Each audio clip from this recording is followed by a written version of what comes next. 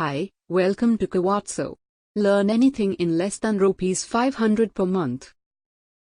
In this quick session, we will see roadmap which we are going to follow for Git.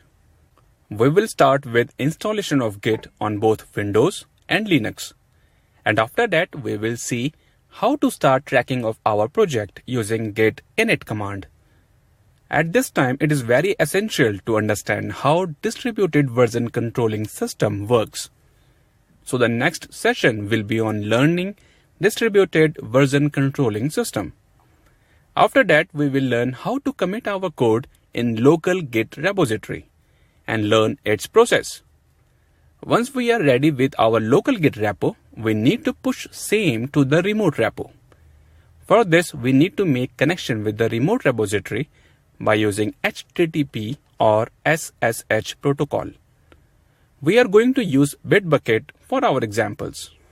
In the next session, we will learn different local commands of Git and after that, different remote commands of Git. Git provides very powerful concept of branching. Branching helps bigger teams to work on different features at the same time. We will learn branching concepts in the same session. During development of code, there is a requirement to refactor our code multiple times and ignore some files which we don't want to send to the remote repository. We will learn all these commands in this session. After this, we will see how to review a pull request and merge same in master branch.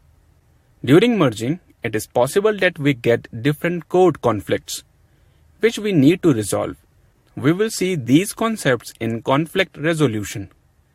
Finally, we will understand internal working of Git and how can we work with its Eclipse plugin. So learning Git is going to be interesting.